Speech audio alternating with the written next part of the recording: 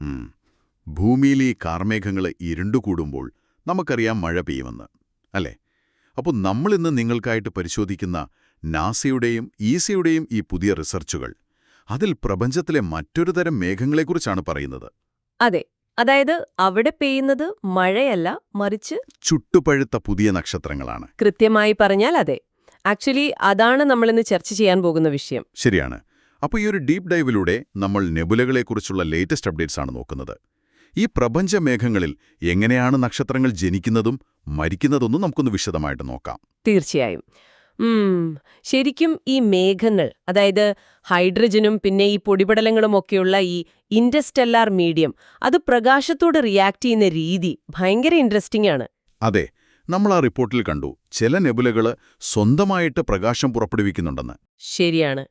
പുതിയ നക്ഷത്രങ്ങളിൽ നിന്നുള്ള ആ ഒരു റേഡിയേഷൻ കാരണം ചുറ്റുമുള്ള ഹൈഡ്രജൻ ഗ്യാസ് അയോണൈസ് ആവുന്നുണ്ട്. അപ്പൊ ഈ എമിഷൻ നെബുലകൾ ഒരു നിയോൺ ലൈറ്റ് പോലെ ചുവപ്പും പിങ്കുമൊക്കെ ആയിട്ട് തിളങ്ങും. ഓ, അത് ശരി. അപ്പോ അവയ്ക്ക് സ്വയം തിളങ്ങാൻ പറ്റും, പക്ഷേ സ്വന്തമായിട്ട് പ്രകാശമില്ലാത്തവയുമുണ്ടല്ലോ. അതെ അതെ, അവയെ നമ്മൾ റിഫ്ലക്ഷൻ നെബുലകൾ എന്ന് വിളിക്കും. അതായത് അടുത്തുള്ള നക്ഷത്രങ്ങളുടെ പ്രകാശം ജസ്റ്റ് ഒരു കണ്ണാടി പോലെ പ്രതിഫലിപ്പിക്കുകയാണ് അവ ചെയ്യുന്നത്. അപ്പൊ ഈ ബ്ലൂ കളറൊക്കെ വരുന്നത് അങ്ങനെയാണ് അല്ലേ? എക്സാക്ട്ലി. ആ നീല വെളിച്ചം പരത്തുന്നത് അങ്ങനെയാണ്. പിന്നെ വേറൊരു കാറ്റഗറി കൂടെയുണ്ട്.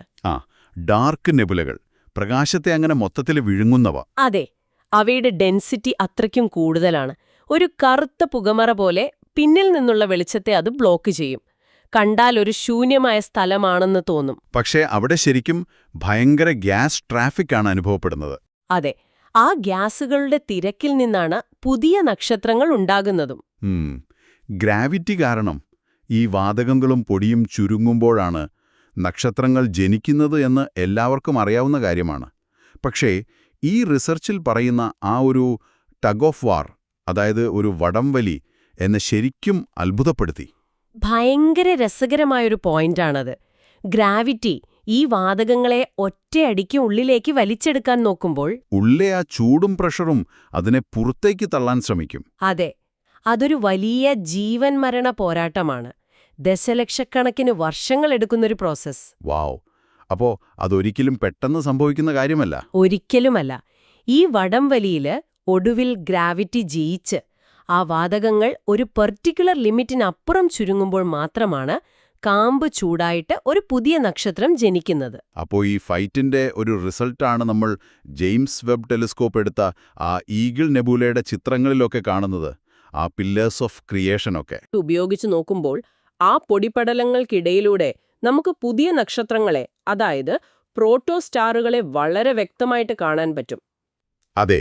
പിന്നെ നാസയുടെ റിപ്പോർട്ടിൽ പറയുന്ന വേറൊരു കാര്യം, ഈ നക്ഷത്രങ്ങളുടെ ധ്രുവങ്ങളിൽ നിന്നും അതിവേഗത്തിൽ വാതക ജെറ്റുകൾ പുറത്തേക്ക് തെറിക്കുന്നുണ്ടെന്നാണ്.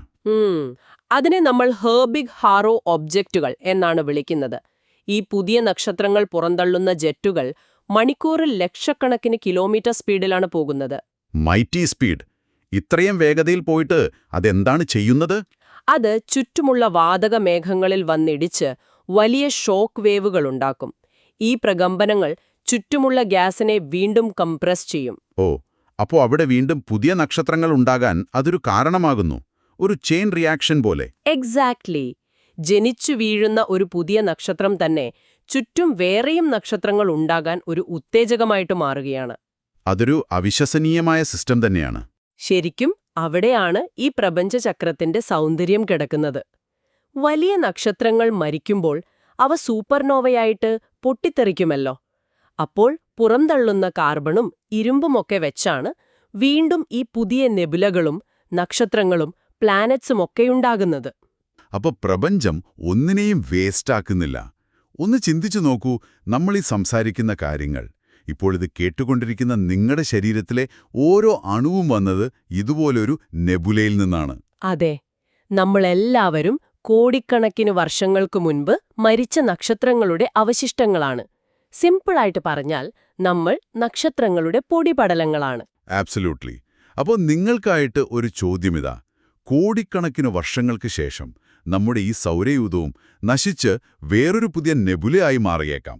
തീർച്ചയായും അങ്ങനെ സംഭവിക്കാം. അപ്പോൾ അങ്ങനെ ചിതറിപ്പോകുന്ന നിങ്ങളുടെയും എന്റെയും ഈ ലോകത്തിലെ മൂലകങ്ങളിൽ നിന്നും ഭാവിയിൽ ഏതുതരം ജീവനോ അല്ലെങ്കിൽ തികച്ചും അപരിചിതമായ പുതിയൊരു ലോകമോ ആയിരിക്കും ഈ പ്രപഞ്ചത്തിലുണ്ടാവുക? അതൊരു ഭയങ്കര തോട്ട് പ്രൊവോക്കിംഗ് ആയ ചോദ്യമാണ്. അതെ, അതൊന്ന് സങ്കൽപ്പിച്ചു നോക്കൂ. ഈ അത്ഭുതകരമായ ചിന്തയോടെ ഇന്നത്തെ ഈ ഡീപ് ഡൈവ് നമ്മളിവിടെ അവസാനിപ്പിക്കുകയാണ്. നമ്മൾ സംസാരിച്ച കാര്യങ്ങൾ ഈ പ്രപഞ്ചത്തെക്കുറിച്ച് കൂടുതൽ അന്വേഷിക്കാൻ നിങ്ങൾക്കൊരു ഊർജ്ജമാകട്ടെ എന്ന് കരുതുന്നു.